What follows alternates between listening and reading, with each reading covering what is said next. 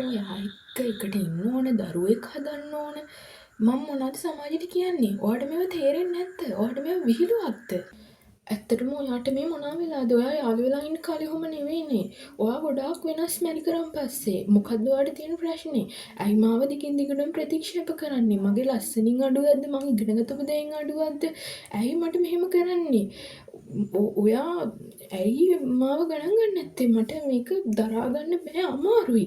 ඔයාට මොකක් හරි ප්‍රශ්නයක් තියෙනවා නම්, මගේ අඩුපාඩුවක් තියෙනවා නම් මට ඒක කියන්න. අපි දෙන්න මේ ප්‍රශ්නේ කතා කරලා විසඳගමු. අපි බුද්ධිමත් නැති දෙන්නෙක් නෙවෙයිනේ. ඔයාට මං කියන දේවල් තේරෙන්නේ නැද්ද? ඇයි මාව දිගින් දිගටම ප්‍රතික්ෂේප කරන්නේ? මොකක් හරි හේතුවක් තියෙන්න ඕනේ. ඔයාට මම අප්පිරියද? මාව හැඩ නැද්ද? ඇයි එහෙම කරන්නේ මට?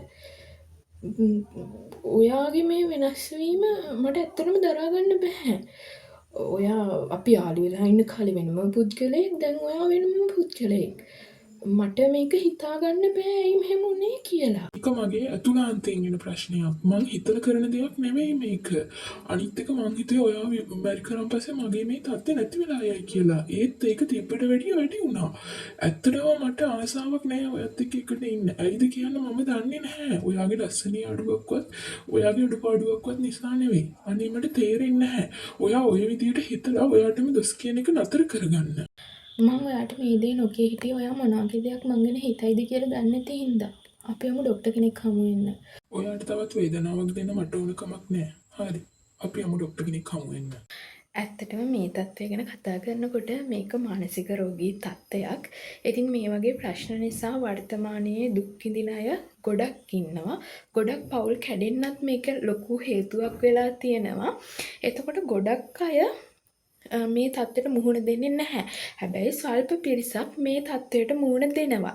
ඉතින් මේ මුහුණ දෙන කට්ටිය මේකට ලැජ්ජාවේ හංගගෙන ඉන්නවා. ඒක නිසා ඔවුන්ගේ පෞල් ජීවිත ඉබේම අසාර්ථක වෙනවා.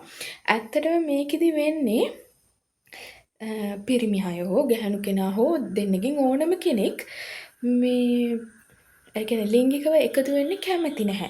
ඔවුන් කැමති එක්ක කාන්තාවගේ පාදවලට, ඇස්වලට, උදරයට, අත්වලට මෙන්න මේ දේවල් සමග ලිංගික තෘප්තියක් ලබා ගැනීමට තමයි කැමති.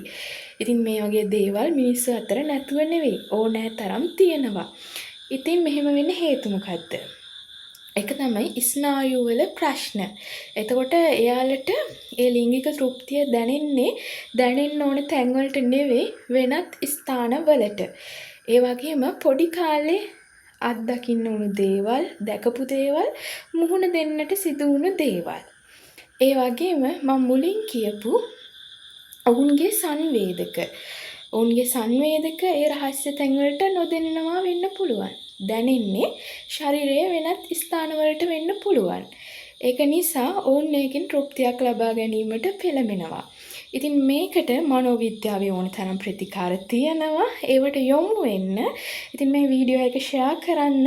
එතකොට ඔවුන්ට අවශ්‍ය සහනය ලබා ගන්න පුළුවන්. ඒ වගේම පෞල් ජීවිතයද සාර්ථක කරගන්නට පුළුවන්.